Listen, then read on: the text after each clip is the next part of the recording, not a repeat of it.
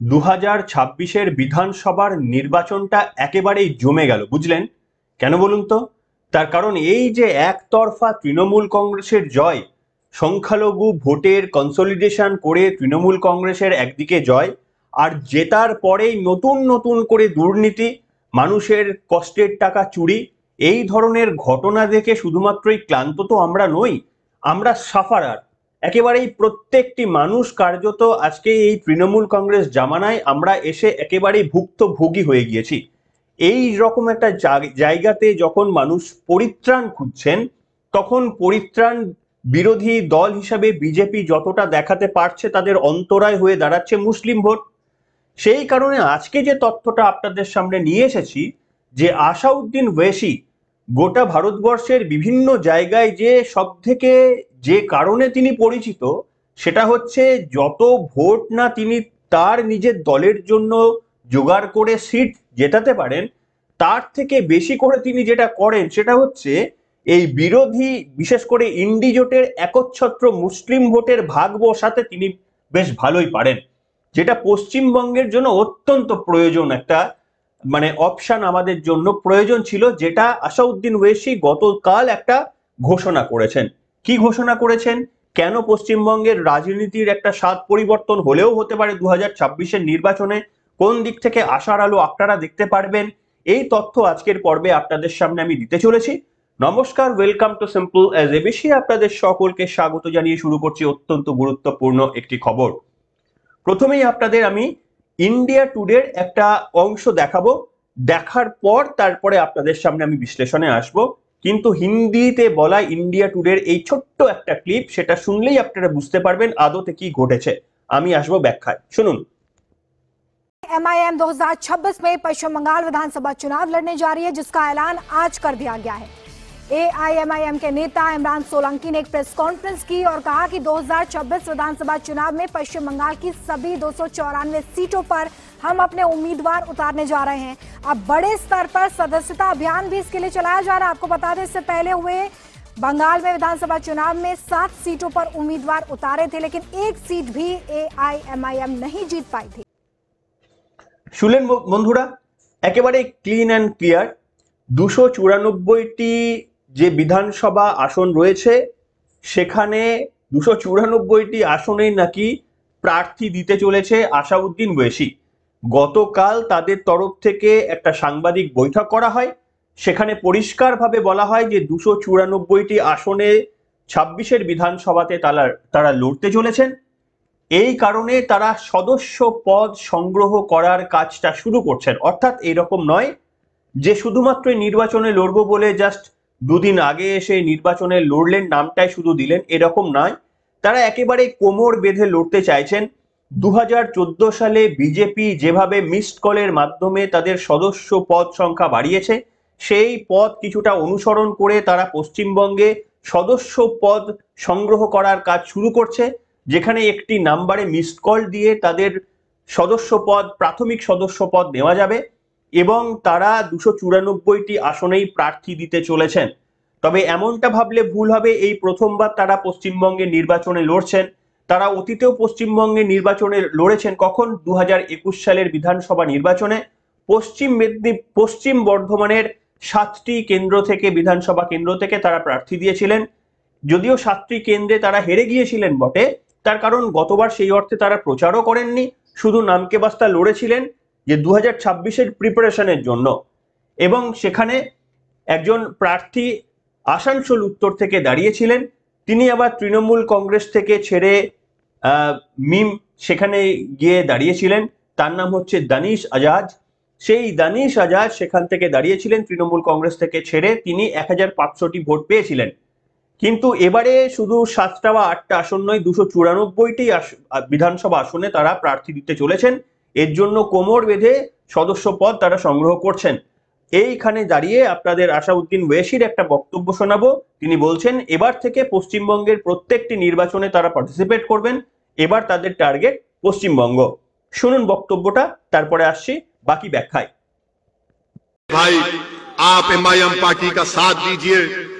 हम अपनी शुरुआत कर रहे हैं, आपकी दुआओं की जरूरत है, आपका साथ की जरूरत है, और इंशाअल्लाह ताला मजलिस इत्तेहादुल मुस्लिमीन यहां पर हर इलेक्शन में बंगाल के मुकाबला करेगी। अस्सलाम वालेकुम व रहमतुल्लाहि व बरकातुहू। मेरे भाई, आप एमआईएम पार्टी का साथ दीजिए। हम अपनी शुरुआत कर रहे हैं। आपकी दुआओं की जरूरत है, आपका साथ की जरूरत है और इंशाअल्लाह ताला मजलिस इत्तेहादुल मुस्लिमीन यहां पर हर इलेक्शन में बंगाल के मुकाबला करेगी। अस्सलाम वालेकुम व रहमतुल्लाहि व बरकातुहू। শুনলেন বন্ধুরা বক্তব্যটি। এবার প্রশ্ন হচ্ছে যে সত্যি সত্যি আসাউদ্দিন ওয়েসি আসলে আমাদের রাজ্যের কোনো রকমের কি কোনো পরিবর্তন হবার সম্ভাবনা থাকবে? এর উত্তর আপনারা খুব সহজেই পাবেন নওশাদ সিদ্দিকী। নওশাদ সিদ্দিকী যারা ভাঙড় ওই চত্বরের একটি সীমাবদ্ধ জায়গায় তাদের পার্টির অস্তিত্ব রয়েছে, সেই একটা দলকে রাজ্যের মাননীয় মুখ্যমন্ত্রী কি কম ভয় পান? যদি ভয় না পেতেন তাহলে নবান্নে একেবারে অন্য কোনো বিরোধী দলের এমএলএর সঙ্গে তিনি বৈঠক করেন না। গত দিনে নওশাদ সিদ্দিকীর সঙ্গে তিনি বৈঠক করলেন। কি আলোচনা হয়েছে, নওশাদ সিদ্দিকী বাইরে এসে কি বললেন, সেটা কি খুব ম্যাটার করে? ভেতরে যা আলোচনা হয়েছে নওশাদ সিদ্দিকী আদতে সেটা বলবেন কিনা বাইরে কে জানে। কিন্তু আদতে আইএসএফ তারা মমতা বন্দ্যোপাধ্যায়ের দল তৃণমূল কংগ্রেসের কাছে কি মাথা নুইয়ে দেবে, নাকি তারা আলাদা করে লড়াই করবেন? এমনিতেই মমতা বন্দ্যোপাধ্যায় জানেন যে এই পশ্চিমবঙ্গে তারা টিকে রয়েছে শুধুমাত্র সংখ্যালঘুদের ভোটের জন্য। সংখ্যালঘুদের ভোট না পেলে তৃণমূল কংগ্রেসের অবস্থা কংগ্রেস এবং সিপিএম এর থেকেও বাজে অবস্থা চলে যাবে। সেই কারণে মুখ্যমন্ত্রী নিশ্চিত করতে চান যেন 100% মুসলিম ভোটটা তারা পেতে পারেন, তা না হলেই তাদের টলমল অবস্থা হয়ে যাবে।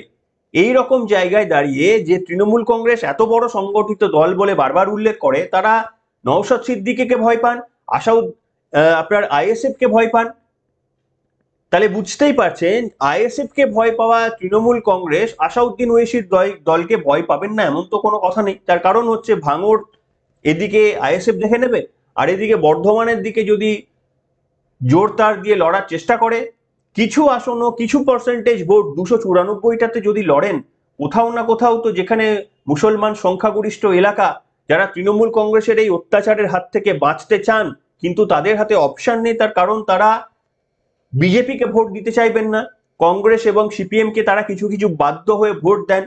কিন্তু আসাউদ্দিন ওয়েসির মতো যদি কোনো একটা রাজনৈতিক দল চলে আসেন যারা উগ্র মৌলবাদে অনেক সময় বিশ্বাস করেন, বিভিন্ন রকমের গরম গরম বক্তৃতা দেন, সেই বক্তব্যে প্রলোভিত হয়ে যদি পশ্চিমবঙ্গের সংখ্যালঘু গরিষ্ঠ এই সমস্ত এলাকা থেকে কিছু মানুষ যদি তৃণমূল কংগ্রেসকে ভুলে গিয়ে আসাউদ্দিন ওয়েসির কাছে চলে যান, তাহলে কিন্তু তৃণমূল কংগ্রেসের দুঃখটা বাড়বে। কেন বাড়বে? আপনারা হয়তো অনেকেই এই যে বিজেপির ক্ষমতায় আসার থেকে কতটা দূরত্ব রয়েছে এটা বুঝতে আপনারা অনেকেই বলেন যে 77টা সিট পেয়েছিল, লোকসভায় 18টা থেকে কমে 12টা সিট তারা পেয়েছে। কিন্তু আপনারা যদি সিটের হিসাব না করে যদি ভোটের পার্সেন্টেজের হিসাব করেন, তাহলে দেখবেন যে বিজেপি কিন্তু তৃণমূল কংগ্রেসের থেকে মাত্র 4 থেকে 5% ভোটে পিছিয়ে রয়েছে। তাও আবার কি কি ক্ষেত্রে?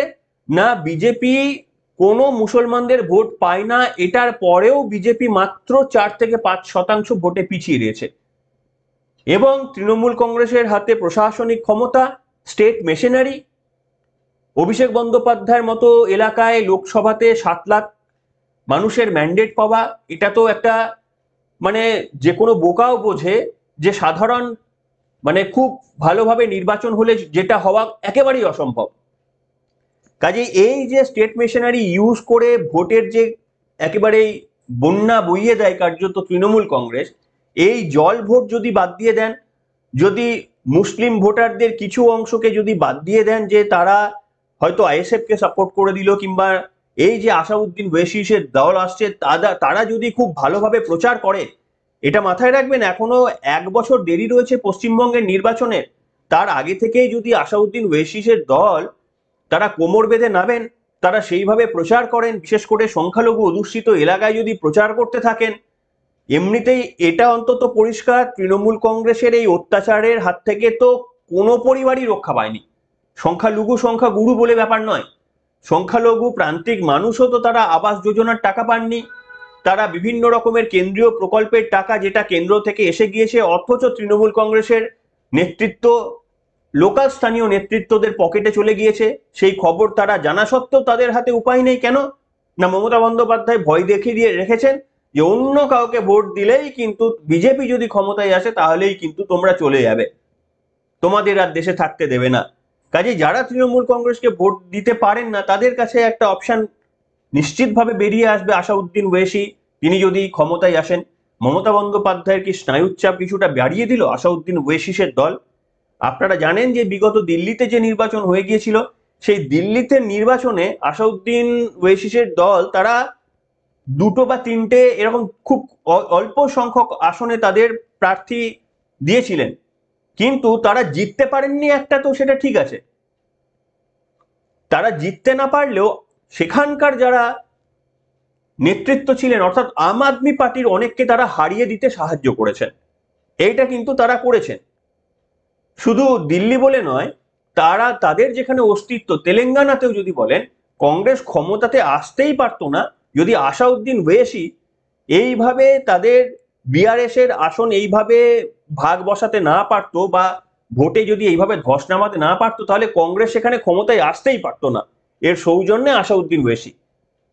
তো সেই কারণেই পশ্চিমবঙ্গের মানুষের কিন্তু এবার একটুখানি মানে স্বপ্ন দেখলেও দেখতে পারেন, কারণ আমি আপনাদের সামনে এটাই বলেছি যে কোনো স্ট্র্যাটেজি ছাড়া যদি আরো একবার অন্যান্য নির্বাচনের মতো বিজেপি এবং তৃণমূল কংগ্রেস, বাকি সিপিএম কংগ্রেস এরা যদি লড়াই করে, তাহলে বুঝতেই পারছেন যে সেই লড়াইয়ে, আমি অন্তত আমার প্রেডিকশন, সেই লড়াইয়ে কোনোদিন বিজেপি জিততে পারবে না। যদি কোনো স্পেশাল স্ট্র্যাটেজি নিয়ে আসা হয়, যদি নির্বাচনের আগে কোনো স্পেশাল স্ট্র্যাটেজি কিংবা নিয়োগ দুর্নীতি সংক্রান্ত বা বিভিন্ন দুর্নীতিতে এমন কোনো বড় একটা পদক্ষেপ যেটা পশ্চিমবঙ্গের মানুষের মনের মধ্যে কনফিডেন্স রেস্টোর করতে পারে, কিংবা আসাউদ্দিন ওয়েসির মতো এই সমস্ত দলগুলো যদি একেবারে গ্রামে গঞ্জে গিয়ে, প্রত্যন্ত জায়গায় গিয়ে সেইভাবে প্রচার করে প্রচারে ঝড় তুলতে পারে, তাহলেই একটা নতুন স্ট্র্যাটেজি পারে পশ্চিমবঙ্গের বুকে নতুন করে স্বপ্ন দেখাতে। সেই দিকে কি এক পা করে আমরা এগোচ্ছি? আপনাদের এই তথ্য দিয়েছে যে অমিত শাহের কিন্তু এবারে পাখির চোখ ওয়েস্ট বেঙ্গল। পরিষ্কারভাবে জানিয়ে দিয়েছেন যে যিনি নতুন রাজ্য সভাপতি কিংবা কেন্দ্রীয় সভাপতি নির্বাচিত হন না কেন, সম্ভবত এই মাসের মধ্যেই নতুন কেন্দ্রীয় সভাপতি নির্বাচিত হয়ে যেতে পারেন, কিন্তু পশ্চিমবঙ্গের নির্বাচনের বা সাংগঠনিক দিক থেকে সমস্ত কিছু দেখভাল অমিত শাহ নিজের হাতেই রাখবেন, এটা পরিষ্কার করে দিয়েছেন বিজেপির এই মুহূর্তের রাজ্য সভাপতি সুকান্ত মজুমদার এবং পর্যবেক্ষক অমিত মালবিয়াকে। কাজে পশ্চিমবঙ্গ যে পাখির চোখ বিজেপির, এটা বলার কোনো খামতি নেই। এবং বাকি দলগুলো মিমকে যে কথা বলে, মুখ্যমন্ত্রী যেভাবে কথা বলে, এই কিছুদিন পরেই যদি মুখ্যমন্ত্রীর বক্তব্য দেখবেন, শুনতে পাবেন, যদি সত্যি সত্যি এই অ্যানাউন্সমেন্ট নিয়ে তারা প্রচার করতে শুরু করে দেয়, তারপরে দেখবেন মুখ্যমন্ত্রীর আসল রূপটা তখন বুঝতে পারবেন। মুখ্যমন্ত্রী তখন যে ভাষায় কথা বলবেন, তখন বুঝতে পারবেন যে এই মিম পশ্চিমবঙ্গে তৃণমূল কংগ্রেসের জন্য কতটা থ্রেট। আপনারা কি বলছেন? আপনারা কি মনে করছেন যে সত্যি কোনো থ্রেট হতে চলেছে? যদি খুব প্রান্তিক স্তরে গিয়ে তারা প্রচার করতে পারে, আসন তারা একটাও না পেতে পারে, বা বড়জোর বরাত খুললে একটা পেল তর্কের খাতিরে, কিন্তু তারা এই যে ভোটারের একটা, যদি মিনিমাম 5% ভোটারের মধ্যে 2-3% তৃণমূল কংগ্রেসের ভোটারের ধস আইএসএফ এবং আসাউদ্দিন ওয়েসিসের দল মিলে নাবি দিতে পারেন, বাকি কাজটা কিন্তু হয়ে যাবে। আপনারাও কি মনে করছেন? আপনারাও সাধুবাদ জানাচ্ছেন কিনা? তবে এরা তো মৌলবাদী শক্তি, মৌলবাদী শক্তিকে আবার টেনে এনে আবার ঘরের বিপদ বাড়বে না তো, সেই প্রশ্নও থাকবে।